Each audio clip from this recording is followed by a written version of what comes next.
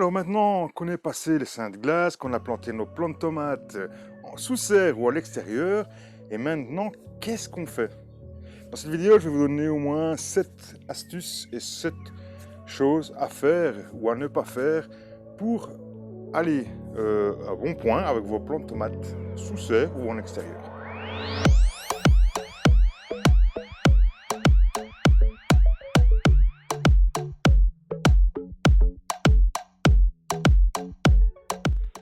Alors première chose à faire, première chose qu'on va parler, eh bien ce sont les tuteurs.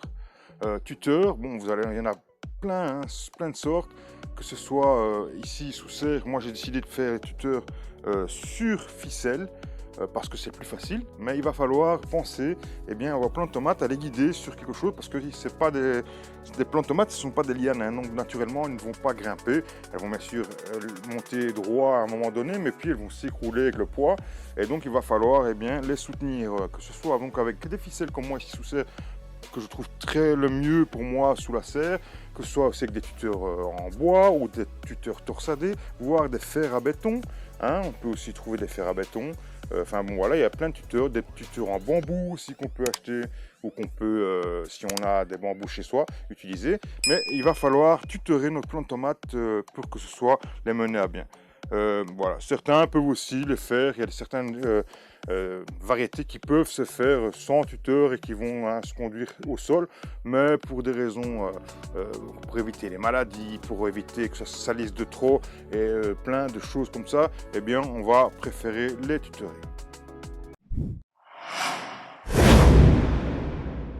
Deuxième petite chose qu'on va parler, c'est les fameux gourmands. Ah, ces fameux gourmands qui font tant polémique, hein. On les retire pas.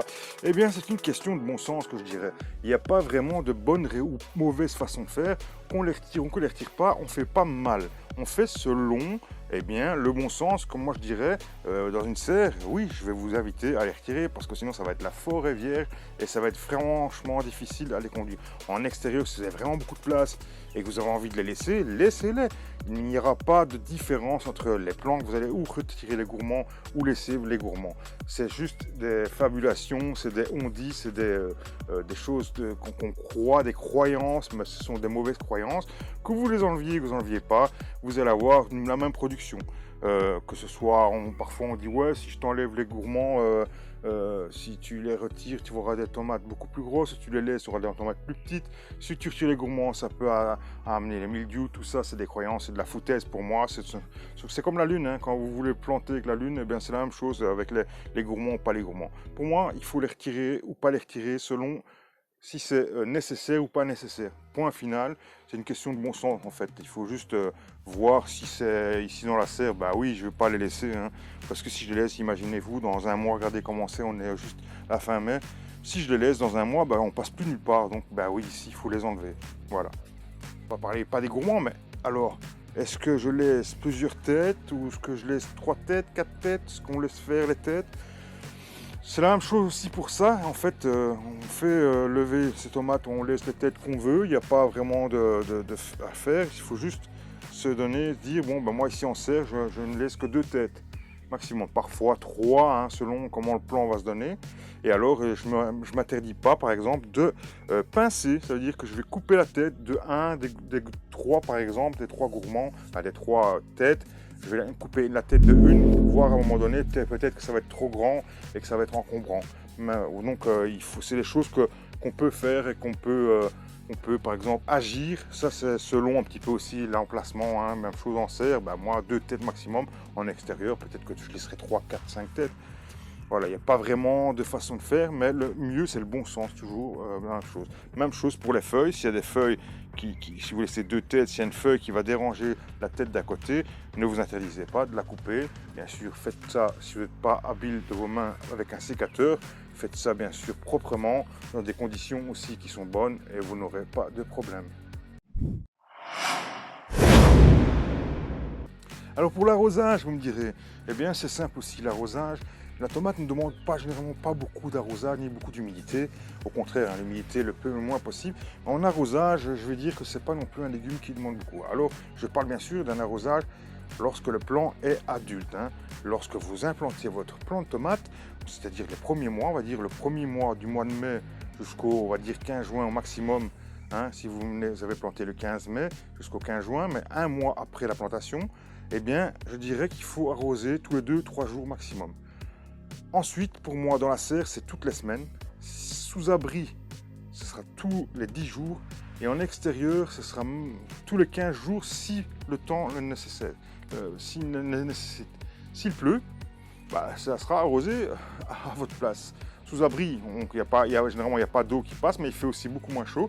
Donc je vais arroser tous les 10 jours. Et sous serre, une fois par semaine, au grand maximum, une fois qu'ils sont adultes. Pour moi, ici maintenant, ça fait plus d'un mois qu'elles sont. Je vais arroser qu'une fois par semaine.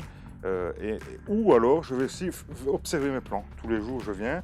Si je vois qu'il y a un problème, je vois mes plants un petit peu s'affaiblir, peut-être que ce sera une alerte qui me dira il faut arroser. Attention, certaines variétés sont flasques ou sont un peu molles, comme les cœurs de bœuf naturellement, donc ne vous faites pas voir. C'est beaucoup de cœurs de bœuf, c'est un plant qui généralement a l'air toujours fragile, toujours malade. C'est la variété qui est un petit peu comme ça. Il n'y a pas que celle-là, il y en a plusieurs d'autres qui sont un petit peu toujours un peu mollasses. Voilà.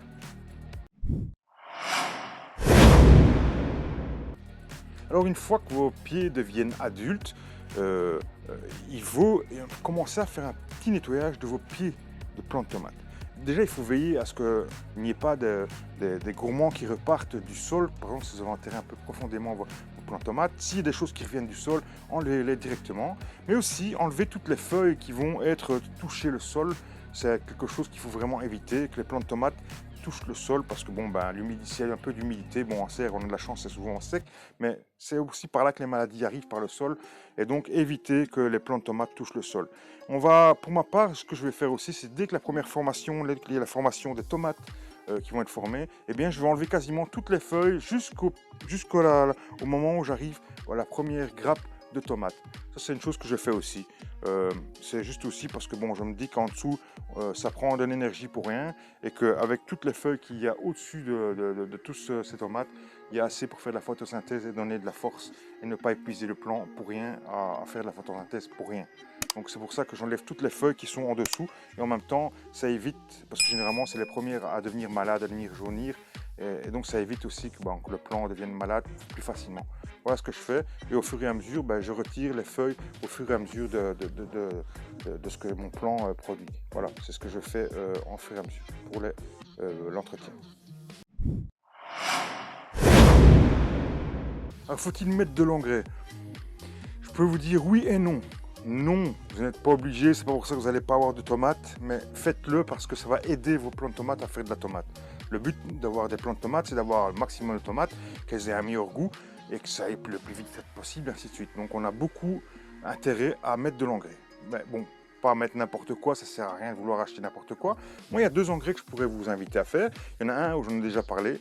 C'est un engrais liquide qui se mélange. C'est un engrais qui s'achète. C'est un style de vinasse de betterave, comme ça, de la mélasse de betterave.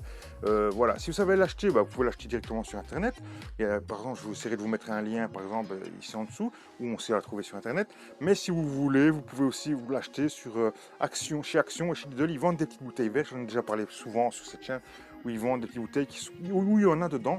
Ce n'est pas que ça, mais ça aide. Et ça, vous pouvez le faire aussi une fois par mois pour aider vos plantes de tomates, surtout à la fructification. C'est maintenant qu'elles ont vraiment besoin d'énergie. Et donc, ça, vous pouvez le faire. Deuxième petit engrais que vous pouvez faire, c'est tout simplement un truc qui est gratuit et que vous faites tous les jours. C'est vos urines. Si vous voulez, vous pouvez récolter vos urines et diluer ceci à 10 pour 100. Donc, je mets 1 litre pour 10 litres d'eau. Donc vous diluez ça dans un arrosoir, tout simplement, vous mettez plus ou moins 1 litre. Moi je mets même souvent moins d'1 litre dans mon arrosoir. Et vous arrosez une fois par mois maximum vos plants de tomates. Moi je récolte 5 litres à chaque fois. Et dès que je récolte mes 5 litres, je viens arroser mes tomates. Bon, j'en ai beaucoup, donc avec 5 litres je fais pas beaucoup. Donc voilà, et vous pouvez arroser à plus ou moins 10-20 centilitres par plant à chaque fois que vous arrosez. Il ne faut pas mettre 1 litre par plant, parce qu'à ce moment-là, vous mettez un arrosoir, 10-20 centilitres serait bien par plant plus ou moins. Et ça, vous pouvez faire sur tous vos plants de tomates, mais aussi sur vos autres légumes, bien sûr. Évitez, bien sûr, de faire ça au moment de la récolte hein, pour éviter les désagréments. Mais vous pouvez le faire et vous verrez, il n'y a pas d'odeur. Moi, je suis ici, il n'y a aucune odeur. Hein. Il faut faire ça et l'odeur part très très vite. Essayez d'utiliser de l'urine très fraîche parce que plus vous allez attendre pour l'urine, ça va devenir un peu plus ammoniaqué et ça va sentir. Donc faites ça avec de l'urine fraîche. Alors parlons aussi paillage, faut-il pailler, pas pailler? Je dirais que pour moi c'est mieux de pailler. Alors il y a plein de jardiniers qui ne font pas, hein, qui ne paillent pas forcément parce que le paillage n'était pas quelque chose qu'on faisait forcément dans le temps.